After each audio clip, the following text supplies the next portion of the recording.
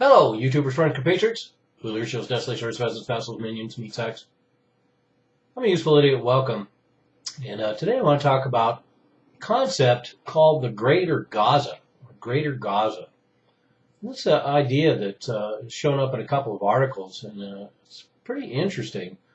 And supposedly, Israeli media has reported that this was leaked by officials. So, of course, as usual, there's denials everywhere. But this is exactly the kind of thing that people are probably discussing, but nobody wants to acknowledge it publicly. But the idea is that Egypt's president, al-Sisi, had offered to allow Gaza to annex 1,600 square miles or 1,600 square kilometers of the Sinai Peninsula.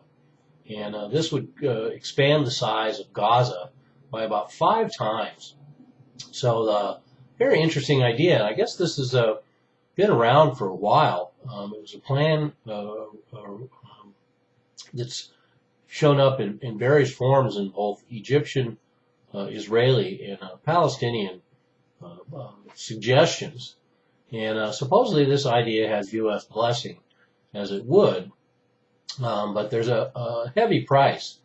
And that price would be for the Palestinians to completely give up any claims to the West Bank and East Jerusalem. And the fact that that is part of the discussion of a Greater Gaza, I can see why this is something that they would be discussing but not acknowledge in public, because certainly there would be a lot of clamor and excitement over the idea that Israel would somehow expel the rest of the Palestinians from East Jerusalem and the West Bank. Having those become part of Israel proper, which certainly is the Israeli goal, or at least Netanyahu's goal.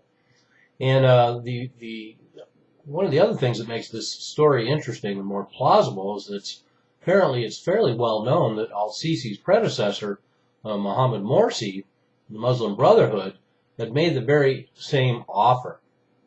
And like I say, Egyptian and Palestinian officials have denied this as well, but it makes sense that it would.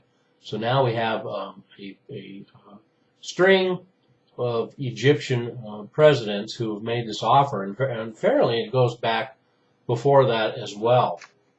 There's something known as the Yinon plan, and the Yinon plan is so interesting. I'm actually going to do a separate video on that, but this is a plan devised by Giora Eiland, Israel's national security advisor from 2004 to 2006. And this was a 2004 Israeli plan, and it's the same thing that we hear from these other sources. Egypt would expand Gaza in return for Israel giving Egypt land in the Negev region, so that Egypt would then be connected to Jordan. So both these plans are pretty interesting. We have one that has the Palestinians giving up the West Bank and East Jerusalem and having the Sinai Peninsula expanding Gaza. And then we have this Israeli plan, which also has Egypt expanding Gaza with Sinai land, but also giving the Negev region to Egypt, connecting it to Jordan, which would be quite a boon for Egypt. So when I first read about the plan about a Greater Gaza with just an expansion of Gaza, I was kind of wondering what was in it for Egypt. But certainly getting that connection to Jordan would be a huge boon for them.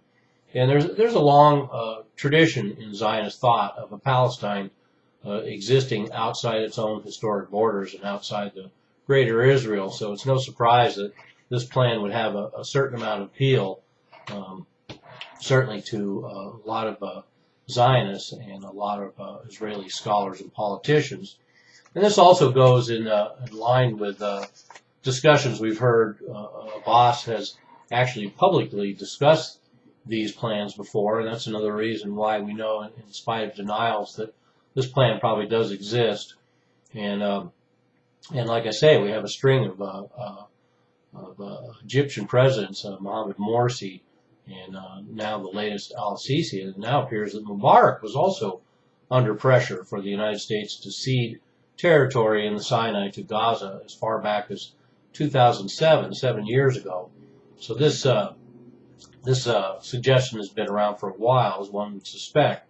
The Muslim Brotherhood delegation even visited Washington, D.C., where the U.S. proposed this idea, which would have Egypt ceding over 1/3 of the Sinai Peninsula to Gaza over a 4 to 5 year period. And then, and also with this U.S. plan, not only would Egypt give this land from Sinai to Gaza in this 4 to 5 year process, but the U.S. officials would then support and recognize the state of Palestine. So all this is quite interesting, and it also fits in conveniently with a lot of the more extreme plans we've heard, like the one from Moshe Feiglin, a member of the Knesset, and just last year, or actually just this year during the Gaza intervention by Israel, he was talking about the complete expulsion of Palestinians into the Sinai, and so this whole plan of expansion of Gaza into the Sinai has a lot of precedence, as well as a consistency with a lot of other plans that have been thrown around by Israel, including this one that is referred to as the Jewish final solution, which is complete expulsion of the Palestinians into Sinai. And that's the last thing about this idea of a Greater Gaza that strikes me as interesting, is the idea that if the parties involved could get Gaza to accept this deal and have Gaza expanded by 5 times and expanding into the Sinai, it would probably give the Israelis that one last excuse, because then there would be some place for all those Palestinians to go for a final expulsion completely out of Gaza, so that Palestine exists completely outside of its historic borders, and Israel would achieve its final goal of controlling all the land that used to be Palestine. And so that's one danger of this Greater Gaza plan, but it's certainly interesting that this idea has been thrown around. It could potentially be a great boon for Gaza if for some reason this state was created and the occupation ended, and only then would I feel comfortable with it. But there we have it. There's the idea of Greater Gaza, and I will be following this up with a video about the idea of a Greater Israel. I'm a useful idiot. Don't you be one too.